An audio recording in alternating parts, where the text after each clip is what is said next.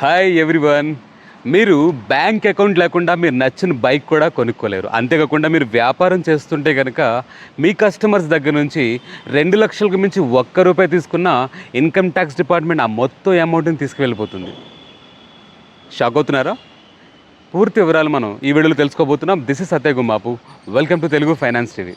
ఎప్పుడులానే video శ్రద్ధగా చివరి వరకు చూడండి, ఎందుకంటే చివరిలో ఇదే టాపిక్ సంబంధించి మనం ఒక చిన్న ప్రశ్న అడుగుబోతున్నాం. దానికి సరైన సమాధానం ఎవరైతే చెప్తారో వారి యొక్క వ్యాపారాన్ని మన ఈ ఛానల్లో ఫ్రీగా ప్రమోట్ చేసుకునే అవకాశాన్ని అయితే కల్పిస్తున్నాం.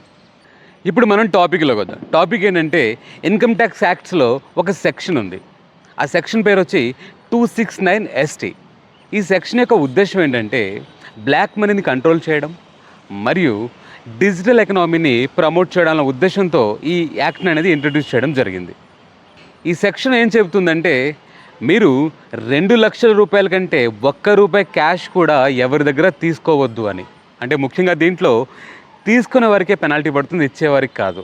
అంటే ఉదాహరణకి మీరు ఒక బైక్ కొనాలనుకున్నారు. ఆ బైక్ కొనడానికి అయ్యే ధర 3,00,000 అనుకుందాం. మీ దగ్గర 3,00,000 క్యాష్ ఉంది.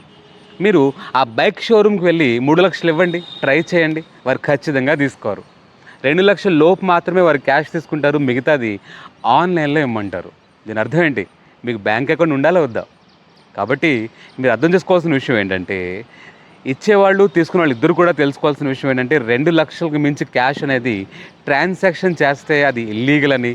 ఒకవేళ దానికి మించి కనుక ఏ షాప్ ఓనరో కానీ ఎవరైనా తీసుకునే వ్యక్తి తీసుకుంటే కనుక ఎంతైతే అమౌంట్ తీసుకుంటారో, ఉదాహరణకి బైక్ ఉదాహరణలోనే 3,00,000 బైక్ కాబట్టి మీరు ఆ 3,00,000 రూపాయలు క్యాష్ తీసుకుంటే కనుక ఆ 3,00,000కి 3,00,000 రూపాయలు పెనాల్టీ రూపంలో ఇన్కమ్ ట్యాక్స్ డిపార్ట్మెంట్ అనేది తీసుకెళ్ళిపోతుంది. అంతేకాకుండా ఇక్కడ మీరు చాలామంది ఒక తెలివితేటలు వాడచ్చు. అదేంటంటే ఒక రోజులో 2,00,000కి మించి, అంటే ఈ రూల్ ఏంటంటే, రూల్ సరిగ్గా అర్థం చేసుకుందాం ముందు. ఈ రూల్ ఏం చెప్తుందంటే ఒక రోజులో ఒకే వ్యక్తి 2,00,000 కంటే ఎక్కువ పేమెంట్ చేయకూడదని. కానీ మన అందరికీ తెలుసు కదా, మనం లూప్ హోల్స్ చేయడానికి ప్రయత్నిస్తూ ఉంటాం. సరే, మన షాప్ ఓనర్తో ఏం చెప్తామంటే ఈరోజు 1,00,000 తీసుకుందాం, రేపు మరో 2,00,000 తీసుకుందామని ప్లాన్ చేస్తారు. మై డియర్ ఫ్రెండ్స్, ఇలాంటి పనులు చేయొద్దు.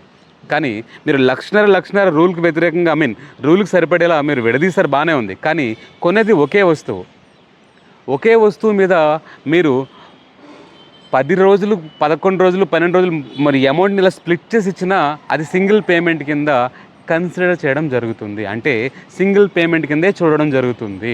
మరో ఎగ్జాంపుల్ మీకు అర్థమయ్యేలా చెప్తాను. ఉదాహరణకి ఒక పెళ్లి జరుగుతుంది అనుకుందాం.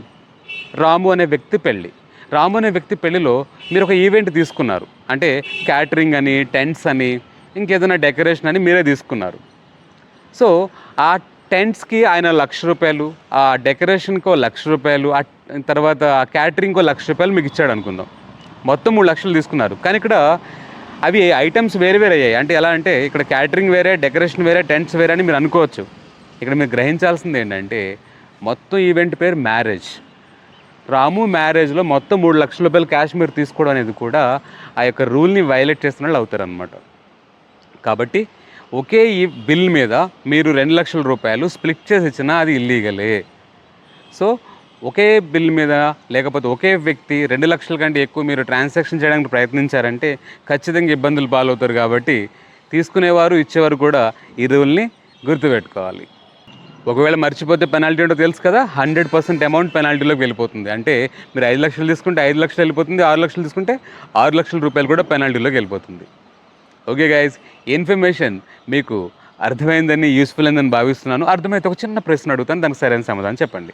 ప్రశ్న ఏంటంటే అండర్ సెక్షన్ 216 ST ప్రకారం పెనాల్టీ పడితే ఎంత పెనాల్టీ పడుతుంది, ఎంత పర్సంటేజ్ పెనాల్టీ పడుతుంది అనేది కమెంట్స్ తెలియపరచండి. ఒకవేళ మీరు కనుక వ్యాపారం చేస్తే కనుక కరెక్ట్ ఆన్సర్స్ ఇచ్చిన వాళ్ళందరి నుంచి లక్కీ డ్రా తీసి ఎవరైతే కనుక వస్తారో వారికి వ్యాపారాన్ని మన ఈ ఛానల్లో ఫ్రీగా అనేది ప్రమోట్ చేయడం జరుగుతుంది. ఓకే గైస్, ఇలాంటి మరెన్నో వాల్యుబుల్ అండ్ ఇన్ఫర్మేటివ్ వీడియోస్ కోసం stay tuned Telugu Finance TV. Signing off, Satya Gummapu.